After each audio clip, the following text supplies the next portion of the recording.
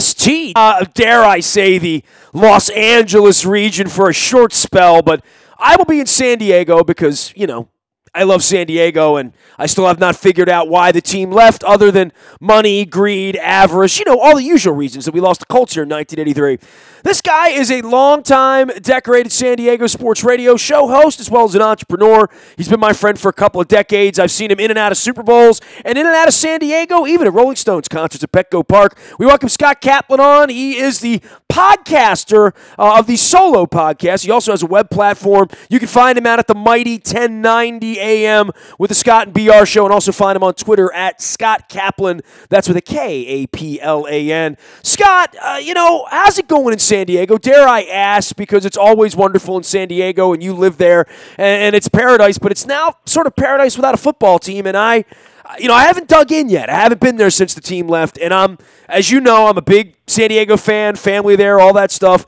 I'm heartbroken for all of you, so heartbroken that I've decided to come and stay in San Diego this week as to give the flying F you to Los Angeles. Yeah, well, I'll say this, though, Nestor. It might be better if you stay in Los Angeles as a way of saying to San Diego exactly what you're trying to say to Los Angeles. Because remember, it's the people in San Diego who are in the hotel industry and in the tourism industry that really battled the Chargers. They did not want the Chargers to be able to raise hotel taxes, which would then build a stadium and convention center.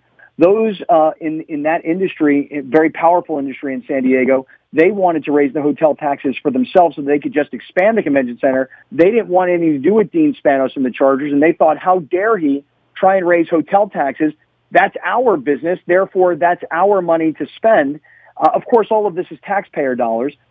So, it was. And in this case, it was tourist tax money, right? You were going to make the tourists pay for it, which is what Las Vegas is doing to some degree with the Raiders, right? Well, yeah, and it's what Phoenix did. And San Diego, you know how great it is in San Diego. Well, the hotel rooms here in San Diego cost a lot less than they do in L.A. or San Francisco or even Anaheim. So, listen, it was a whole big political battle, but it's interesting. I'm so glad you are coming, though, to San Diego, because this is a town that, as great as it is, and being in Baltimore, you can appreciate this. We were around the Bay of San Diego on Sunday night, this big Christmas parade, Nestor, and there's thousands of people on the sides of the streets, and we're on this big boat sailing down the and it's 72 degrees on a night when it's 28 in Baltimore. Go ahead. Right, and dude, and there's carolers on the boat, dude, and there's cruise ships, and the city is lit up, and it's gorgeous, and you're exactly right. I mean, it's 65 degrees, and it just feels amazing, and wow, this is an amazing, incredible city in America who had its NFL football team ripped out of it. And exactly for what you said, because of the greed of an owner who said, the public has to build me a stadium or I'm leaving. And ultimately, when most of us, me included, number one, never thought he'd do it, he pulled the trigger and did it. See, why did you think he was never going to? That's the thing. Like, I went back and it was short story long. I've been doing a lot of things lately, but I found all of my old video cassettes. I've been digitizing my VHS tapes from, my youth and old times I appeared on TV and stage plays I was in when I was 12 years old. And in all of these tapes, I found this random tape that had nothing to do with me, but it had to do with my radio show. I found the video of Bob Irsay drunk as a skunk at BWI, landing the plane in 1983. William Donald Schaefer's there. The media's there. He had been in Phoenix. He was lying. I've been to Arizona. And I'm thinking to myself, man, this is like 4 decades ago, and this just happened again with different than drunk owners, just greedier owners, certainly a lot more money involved with a B at the end instead of M's at the end than when Bob Irsay took the team to Indianapolis. But it all kind of happens the same way. It comes down to one person, a decision, and a lot of money sitting over there and a little money sitting over here and a lot of money sitting over there and a little loyalty sitting over here. And then you mix in the bad vibes of you didn't do something. You didn't give me what I wanted. I always thought he was serious about leaving. I just didn't think he had a place to go. And when nobody was in L.A., that always looked like, well, they're going to let me go up there. Then all of a sudden he found out they weren't going to let him go up there, right? It's such an interesting thing to listen to your perspective because you had a team move on you as a kid, and so yet I know you're it's so real. I know it's real, right. right? Like, right? Right, All right. and yet you're so far removed from really understanding who these characters are. And so you asked the question, why did you think that he really wasn't serious? And the answer was because Dean Spanos never accomplished anything in his life, Nestor. He was the son of Alex Spanos, who became an incredible business guy, who literally went from rags to not just riches, to ultra wealth, to private jets, to Bob Hope is his best friend, and he's performing on stage with Bob Hope, and he's not a performer.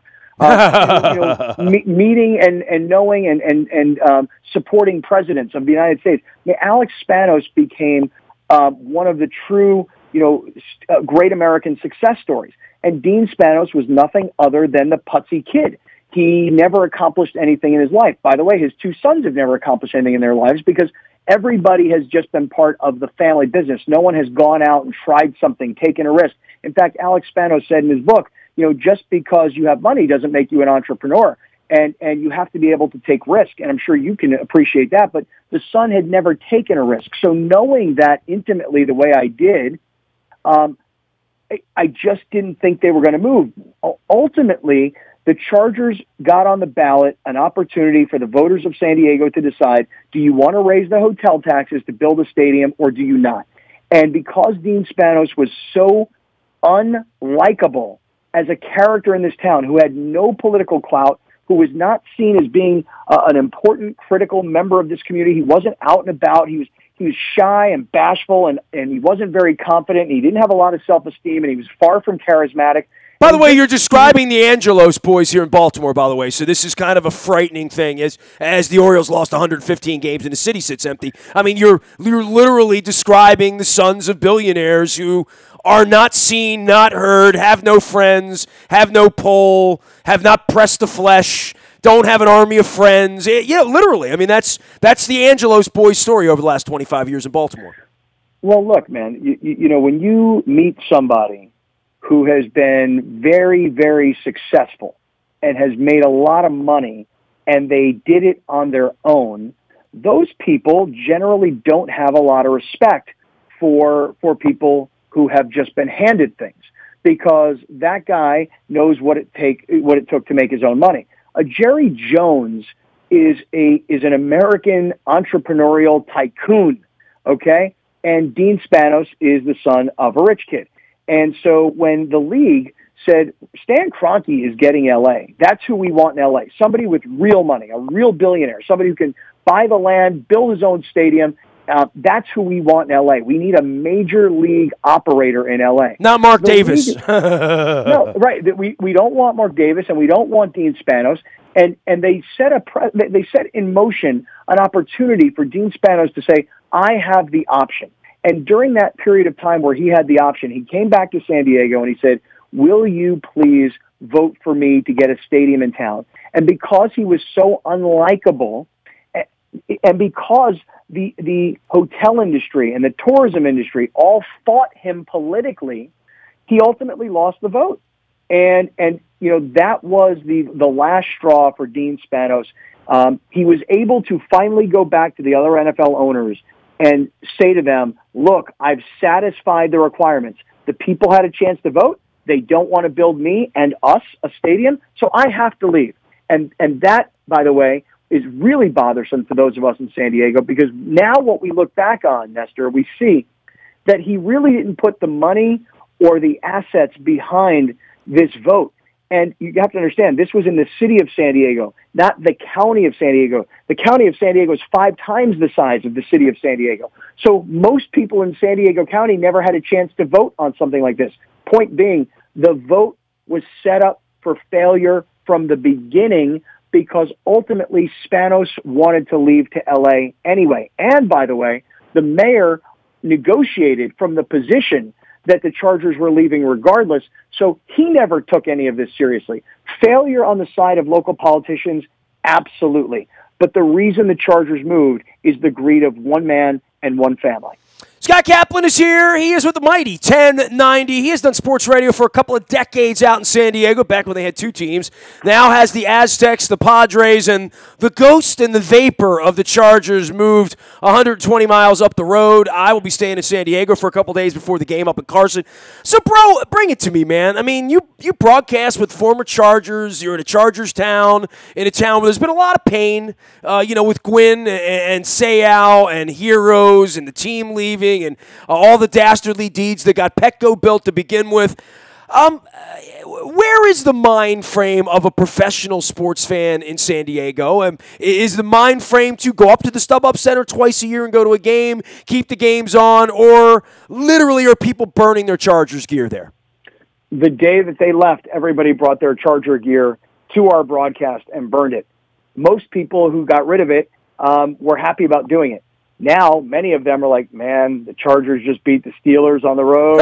They beat the Chiefs on the road. I can't root for the Raiders. I'm not a Rams fan, right? Like, whatever, right? This is the team we always wanted. And so many people, Nestor, are now, they're emotionally torn with, I hate the owner's guts, but I still love the quarterback. I still love the tight end. I still love the uniform. And if they were playing in Kansas City while they called San Diego home, it would still be a television show to me. So you know what? As much as I hate the owner, I still love the team. So there's a whole faction of fans that still love the team. See, it was different for us, man. They went to Indianapolis. We weren't getting in a 2-hour car ride and riding up and tailgating on a 68-degree day with the top down through Oceanside. You know what I mean? Like, it's a whole different deal than when that happens, and we hated the Colts forever. We hated the Redskins, and they're 30 miles away because they were shoved down our throats on TV. So I would think every Chargers game's on TV. Not that TV matters as much, but I would think you have access to the Chargers. And this Saturday, I mean, obviously the ticket price notwithstanding, you can get in your car like I'm going to do, Saturday afternoon and 2 hours later be in the parking lot in Carson if you seek it, right? And I would think there's a large contingent of Anaheim, Santa Ana, Southern California sort of Chargers fans from a 25-year era where there was no football in Southern California. So I think there probably are some fans, but I would be a really pissed off person if I lived in San Ysidro and this happened to me, you know what I mean? Or lived in El Cajon. I wouldn't dig this. I really wouldn't. Dude, listen, your point is that if you want to get in the car and drive to it, it's still drivable. Okay? I get it. But you have to understand, and I know you do, but L.A. and San Diego are two totally different places. Right. Okay? Now we don't get the news in L.A. We don't get the local news from L.A. in San Diego. They don't get the local news in L.A. from San Diego. We have, it's a completely separate market. And I know you don't like it. It's like Baltimore, Washington. Like if I had to go to Washington to visit my team, I wouldn't like that. You know what I mean? We went through that here with the Bullets. When the Bullets left Baltimore and went to D.C., they're the Wizards. My father said F them, and they were 30 miles away, literally. Right, that's just it. So look, if I want to go to a Charger game, yeah, they're 2 hours away. But why would I want to go and support an owner who chose to take this team that was supported through the worst of times, 1-15, 4-12, get to 14-2 and fire the coach? I mean, the best and the worst of times.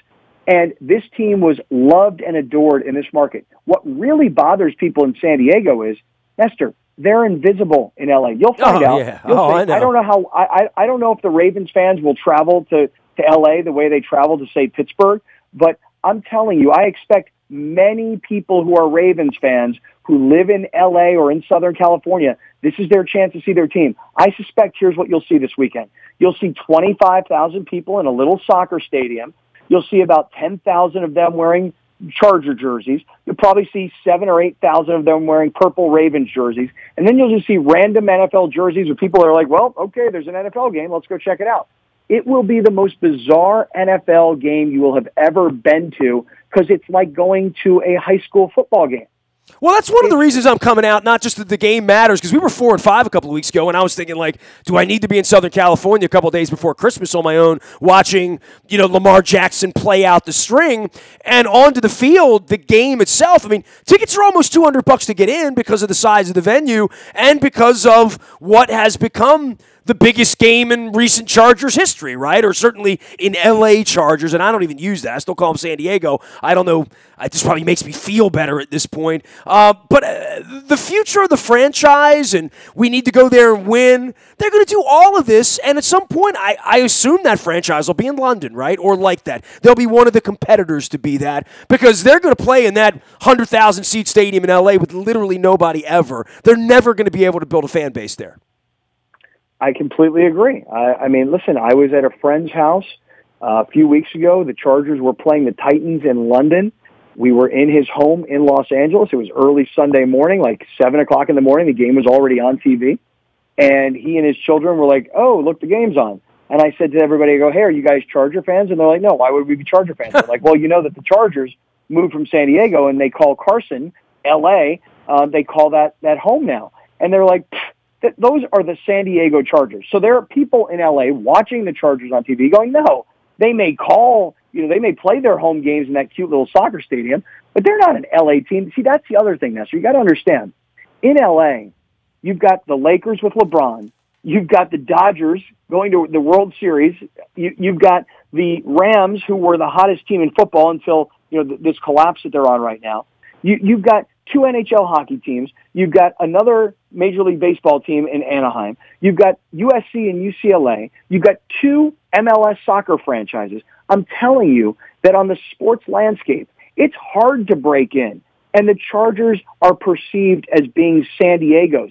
And LA sports fans don't like the fact that the San Diego Chargers have tried to glom on to their sports scene. Yes, they're making some small waves because of their success, but you should be able to pack a 25,000-seat stadium at $5,000 a ticket based on the size of the market.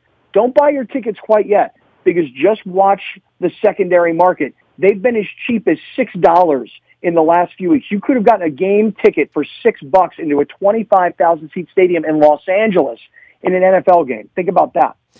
He is Scott Kaplan. He is in San Diego. His team left him. I am visiting his team 120 miles up the road in Carson this week. So onto the field.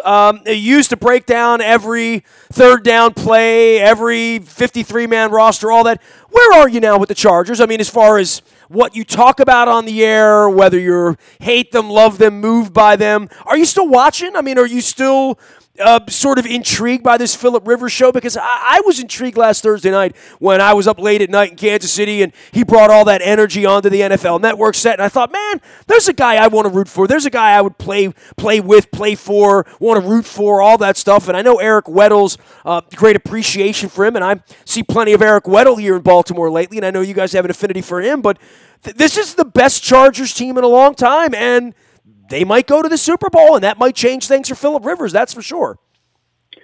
Well, at this point, you know what I think would be the greatest thing ever? Would be to see Phillip Rivers standing there getting the Lombardi Trophy and saying, this one's for you, San Diego, I'm officially retired.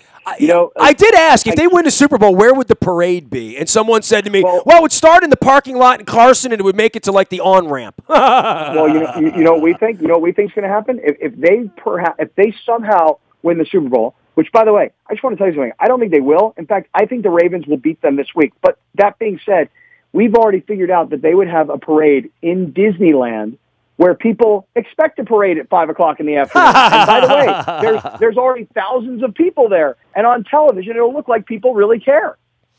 It'll look like a Trump inauguration or something like that. In the case of Rivers and how he's playing and where he is as beloved a cat in San Diego as you have left there, right? I mean, the Padres don't have any stars. They haven't had any since Tony Gwynn, really, kind of, sort of. And I know, Trev went in the Hall of Fame, and that was awesome, too, and I love him.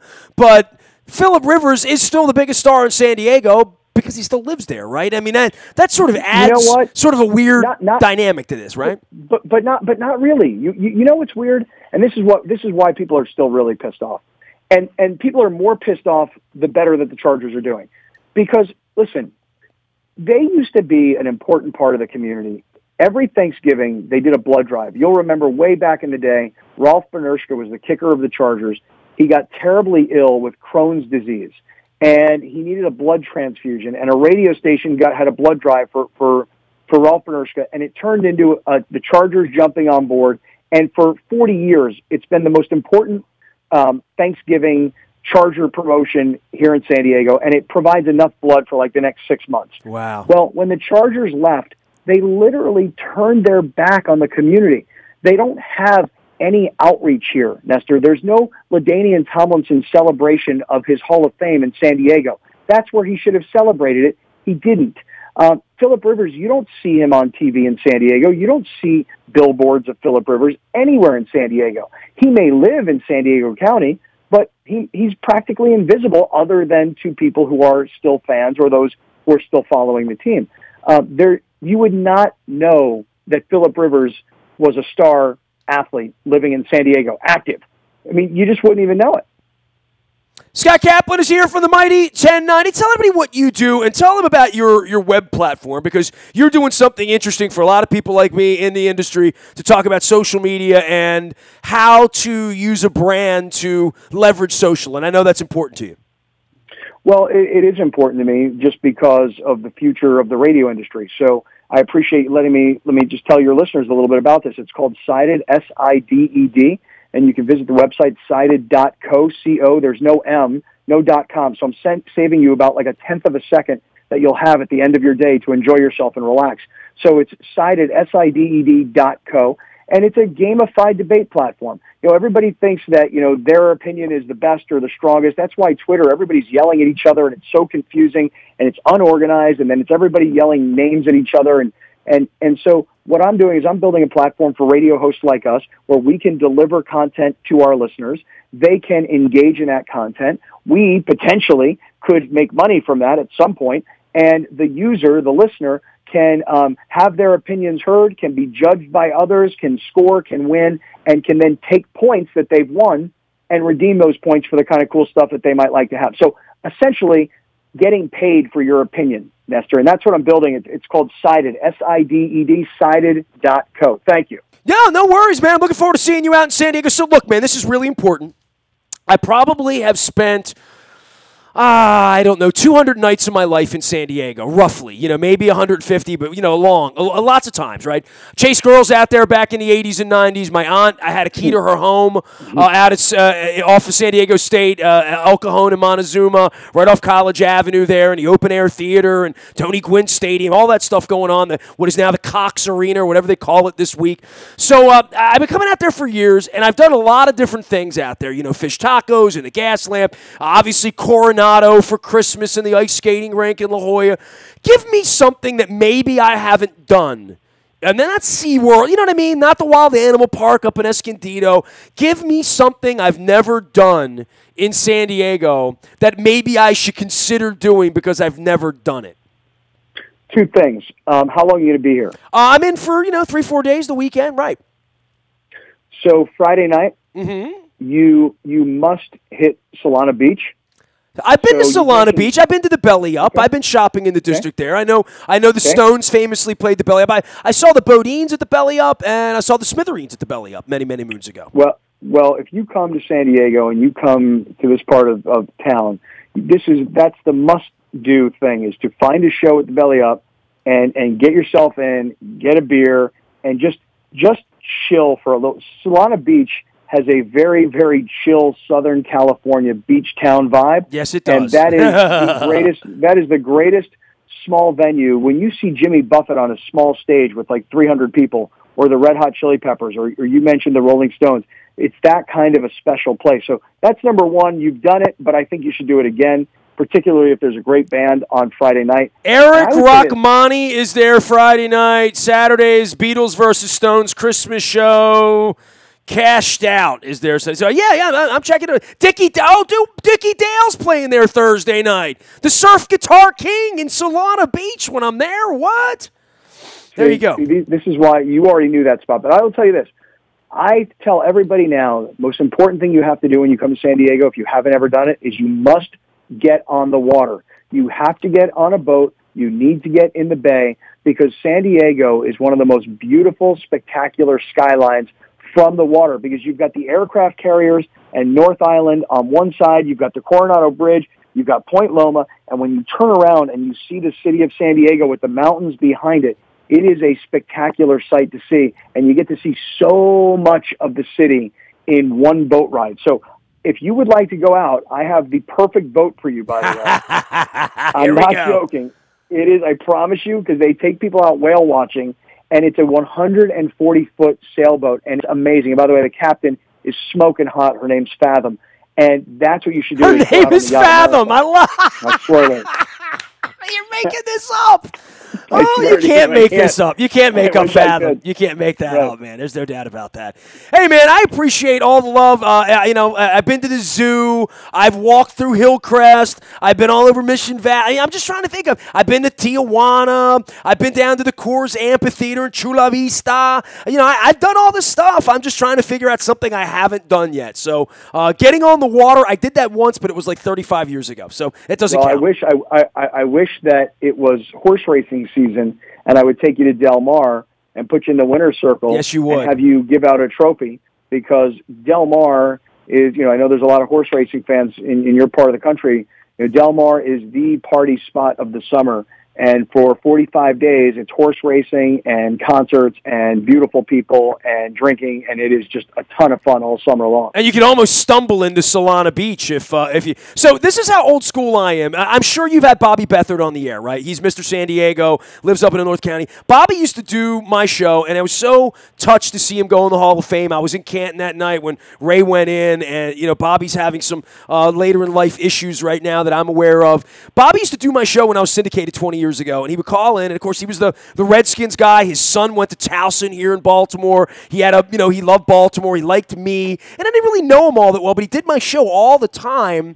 And he called in, and I said, I'm coming to Southern California. I was coming out to see the Padres in State of Land. He hooked me up with a guy named Kahuna Bob, and I took my first ever surfing lessons at like 7 in the morning up at like Cardiff by the Sea, south of Encinitas, just north of Solana Beach, and I got out into the waves of the Pacific Ocean on the soft board like the Beach Boys did in the 60s. But that was 20 years ago when I was a younger guy. But so I got some San Diego roots. I've tried some stuff, but I just haven't tried everything yet. I think, now that you're mentioning it, going up into Encinitas, downtown Encinitas has gone through a really fun facelift, and there's some excellent nightlife right there, right on D Street and the Coast Highway. It's a beautiful part of town, and there's lots to do, lots of great restaurants, lots of good bars, really good scene, especially on a Friday night, dude. Now, if that's what you want to do, that's what we should go do. All right, so a Saturday night after the game, I'm finding myself in Encinitas on the way back. That's what I'm going to do, I think, for sure. Okay. It's a little far north from where I'm going to be this week, but my cousin lives in Carlsbad, so I'll be in Carlsbad for Christmas at the Lego Company factory there, or whatever the heck they got there. Maybe some outlets. Yeah. Dude, I appreciate all the San Diego love and over all the years, and my wife's heartbroken, I'm heartbroken, and I just decided, if we're going to play the San Diego Chargers this week, I'm going to stay in San Diego, even if they're not in San Diego anymore. So that's what I'm going to do. That's right. That's what I call them. The San Diego Chargers of Carson is what I like to call them. And, listen, I wish the Ravens nothing but the best of luck. I think that when I look back to 2012, 4th and 29, hey, diddle, Ray, Rice up the middle, and the Ravens kicked the game-tying field goal and then kicked the game-winning field goal in overtime. That's what's going to happen this time around. I think that Phillip Rivers is too immobile, and that Ravens defense, which was all over Patrick Mahomes, will get to him. And I really think the Ravens, with a young quarterback who's an unpredictably freaky athlete, I think this is the kind of kid that can win this game. And the Chargers have lost, remember, this year already. They've lost games inside this stadium to inferior teams like the Denver Broncos. These are the real Baltimore Ravens with Eric Weddle coming. I think the Ravens are going to win this game. I like the way you think, Scott Kaplan. I appreciate it. And, Weddle speaks very fondly of everything except 4th and 29 that he refers to as 4th and 28 and a half. So, hey, man, appreciate you, Scott. Take care of yourself, all right? Thanks, Nestor. Appreciate it. Give my best to Billy Ray. Everybody out there, all right? Mighty 1090. Back to you. Absolutely, man. Just good for Marty, everybody out there. 1090, Mighty 1090 out in San Diego. At one point had me on during my Give a Spit tour. I hung out in the Tilt to Kilt out there and talked about my wife surviving the first time, and lo and behold, she survived the second time. And I'm hoping to survive even a trip into Carson near Compton this weekend. Luke's out in Owings Mills. We have a new manager and general manager of the Orioles. You can hear all of our Brandon Hyde thoughts out in the buyatoyota.com audio vault 24 hours a day from anywhere in the world on your mobile device by downloading the TuneIn radio app. We do come in crystal clear from anywhere in the world. Nasty at WNST.net finds me. I am on Facebook and Twitter and LinkedIn and Snapchat and Instagram and streaming live on our Facebook as well as our YouTube WNSTV channel. We are WNST.net, AM 1570 and WNST, Towson, Baltimore, and we never stop talking Baltimore sports.